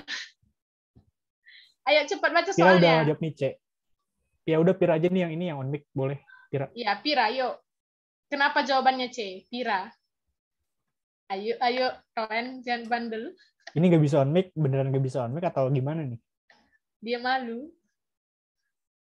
Stefani dong, Stefani. Ada gak Stefani? Lucu kali orang ini semua. Aku mulu kan belum pernah ditunjuk kalau sekarang. Iya, sekarang kan nggak, yang hari ini nggak ada ya kan? Ayo, siapa nih? Yang baca semua ada nih soalnya kan. Iya, baca soalnya. Boleh. Modernisasi sebagai proses industrialisasi terutama ditandai oleh A. Perubahan masyarakat dari tradisional ke modern secara material. B. Perubahan masyarakat dari tradisional ke modern secara rohaniah. C. Perubahan masyarakat dari kehidupan agraris tradisional ke arah industri modern. D. Perpindahan penduduk dari desa ke kota. E. Pendapatan masyarakat makin tinggi sehingga menimbulkan kesenjangan. Oke, kalau menurut kamu yang mana nih jawabannya, Stefani? Yang cek, karena ada kata industrinya dari agraris tradisional ke arah modern. Oke, makasih banyak ya Stefani. Yang E juga. Makasih Stefani.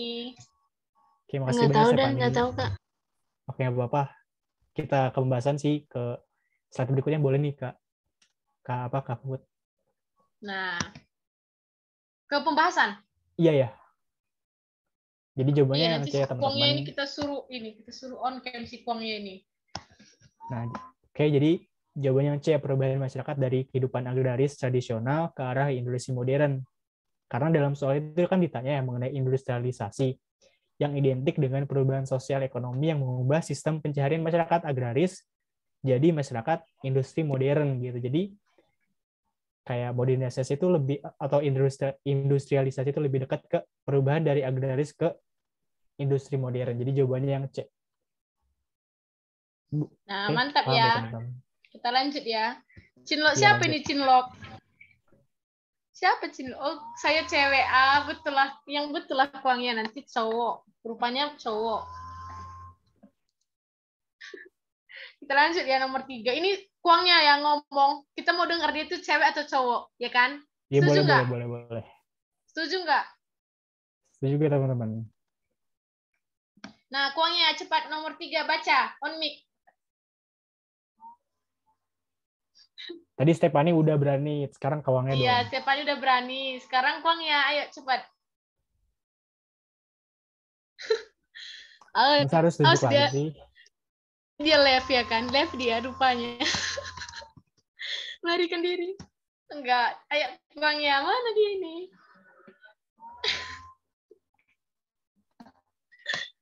Enggak berani dia. Ayo Ya udah siapa kalau nih yang gitu, mau? Ya, Kak. Ya. volunteer aja nih siapa deh yang mau buat udah materi. keluar dia suaranya. Baca nih, Kak. Iya, boleh. Iya, Boleh. baca nomor 3. Cewek nih, Silakan. guys. Modernisasi dan pembangunan berhasil membangun pusat-pusat. Nggak kuat. Dia ngakak baca komen-komennya. Ayo. Tolong ya kalian, ini kuangnya udah berhasil memberanikan dirinya untuk menunjukkan suara dia gitu. Ternyata dia cewek. Ayo kuangnya, kamu pasti bisa.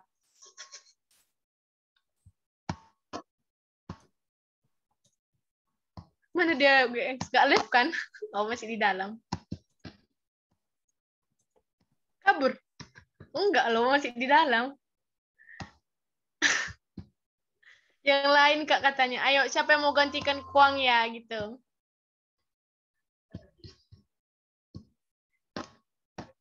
Gel dah, gel. Ayo, nomor 3 nih.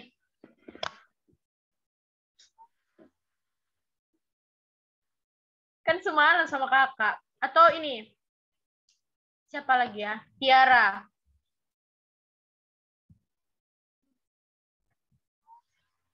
Ayo, gayeng siapa yang mau ini lanjut nomor 3. Oke guys, makin malam nih. Iya. Declan bisa bobo. Oke, boleh Zel. Jel tadi ngomong kan? Loh kok cowok? Kemarin kan cewek. Waktu kemarin di kelas kakak cewek kan? Itu kok suara cowok? Bukan, katanya beda lagi kali. Ya, Udah Zel, lanjut aja Zel. Itu Lanjut, dia lanjut, baru lanjut. ngomong loh. Atau gelnya beda orang ya? Tadi Ini kuangnya Zel nggak ada sih yang di- pertama? Enggak. Ini kemarin Ada Zel dua waktu akun katanya Kak. Ada yang pink, ada yang biru. Oh, ada yang pink, ada yang biru.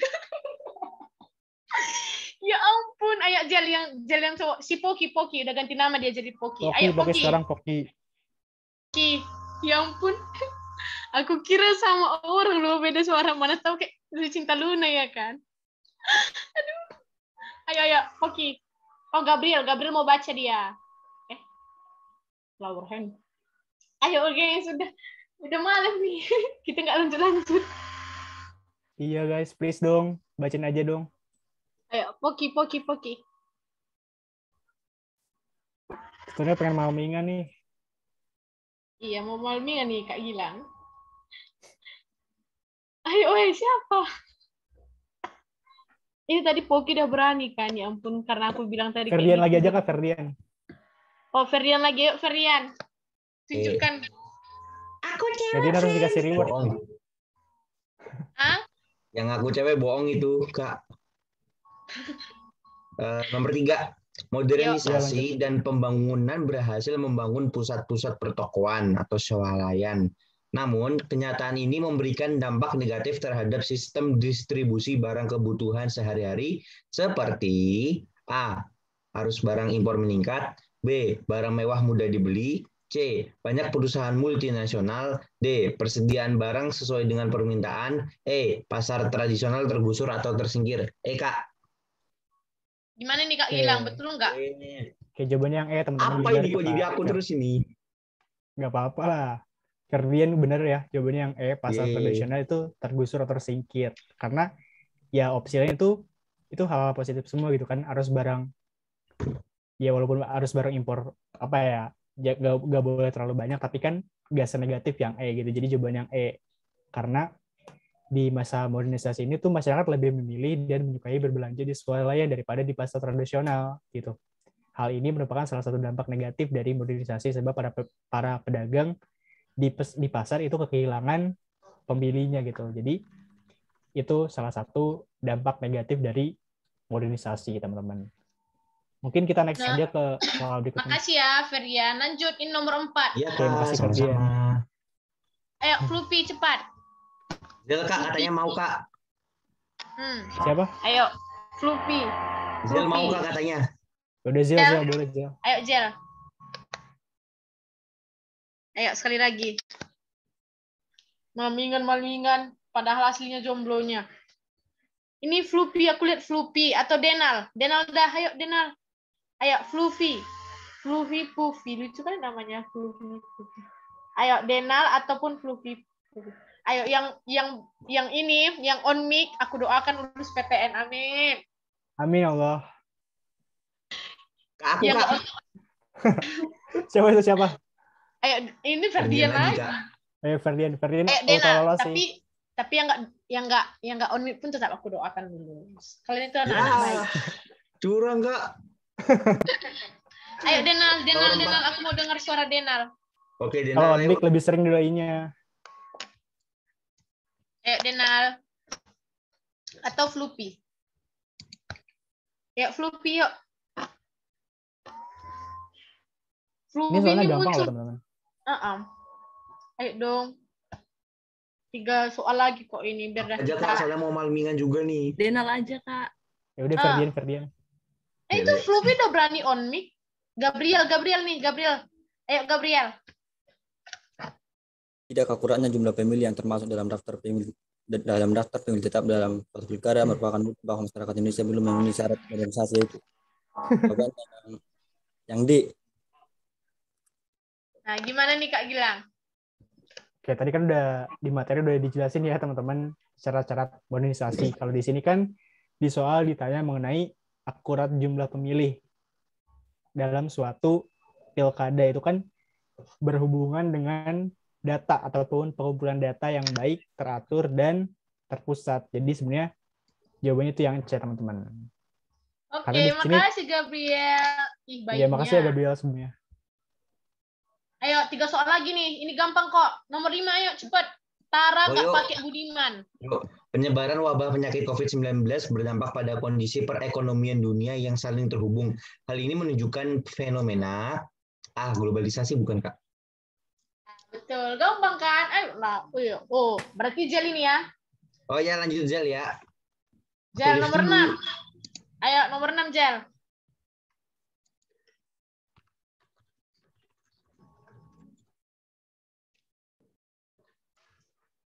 Ayo.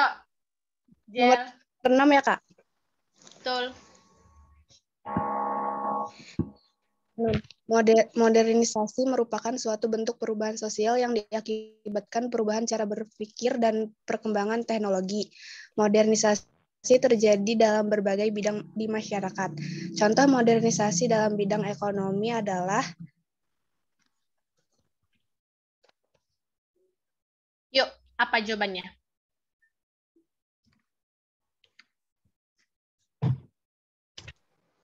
Teman-teman apa jawabannya? B. Nah, iya betul ya. Ini Jel jawab B, Denal juga jawab B. Betul ya. Jadi kalau misalnya ekonomi berarti yang dulu agraris, sekarang jadi sektor industri. Tadi kan juga ada dibahas ya kan. Nah, ini terakhir, siapa yang mau jawab ini terakhir ini tentang kultur lag.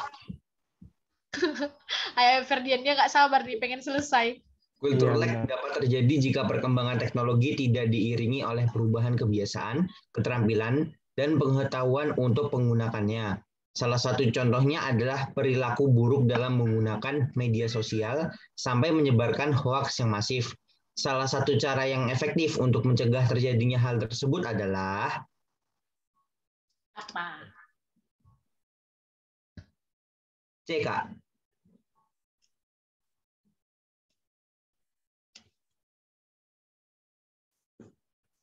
Cil, katanya, Kak. Nah, betul. Pas. Melakukan pendidikan dan sosialisasi tentang literasi digital secara masif ya. Tadi tunggu sebelum kita selesaikan. Ini ada tadi Stephanie nanya, yang mana Steph yang bingungnya, yang C atau Nomor E? 6, Kak, Nomor katanya, berapa Kak. Steph? Nomor 6 ya, Stephanie ya? 6 ya?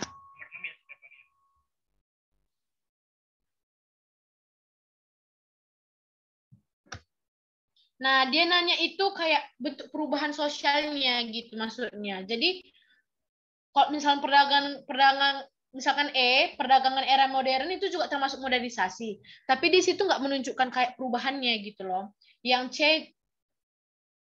C juga gitu. Digantikan oleh sistem jual beli. Nah, jadi dia dulu iya sih sistem barternya kayak gitu kan, dulu barter, sekarang sistem jual beli. Tapi kenapa ini tadi Kakak ini lihat di apa sih? Genius kan? Jawabannya B. Nah, karena dulu itu dominannya sebelum ini modernisasi itu agraris gitu. Nah, kalau sekarang itu jadi industri gitu dia. Udah paham belum nih, Stephanie? Kalau yang D, Kak, seluruh kegiatan ekonomi ini bergantung pada teknologi informasi. Kalau menurut aku nggak semua kegiatan ekonomi itu, kalau menurut aku ya, nggak semua kegiatan ekonomi nggak tergantung pada teknologi gitu, karena masih ada juga kegiatan ekonomi yang secara konvensional gitu ya, kayak langsung aja bertatap muka gitu. Oke deh, selesai ini kelas terakhir ya. Apakah dilanjut kelasnya? Jangan dulu live dong. Jangan dulu ya. Apakah kelasnya nanti jangan lupa kita isi link evaluasinya ya, teman-teman. Mimin boleh kasih isi linknya dong. Ketinggalan tadi, lupa aku share screen-nya. Nah, apakah kami lanjut atau tidak? Nanti akan kita kasih tahu lah ya, akan bilang. Iya. Nah, jadi ini makasih ya teman-teman udah ikutin kelasnya dari awal dulu. Kita mau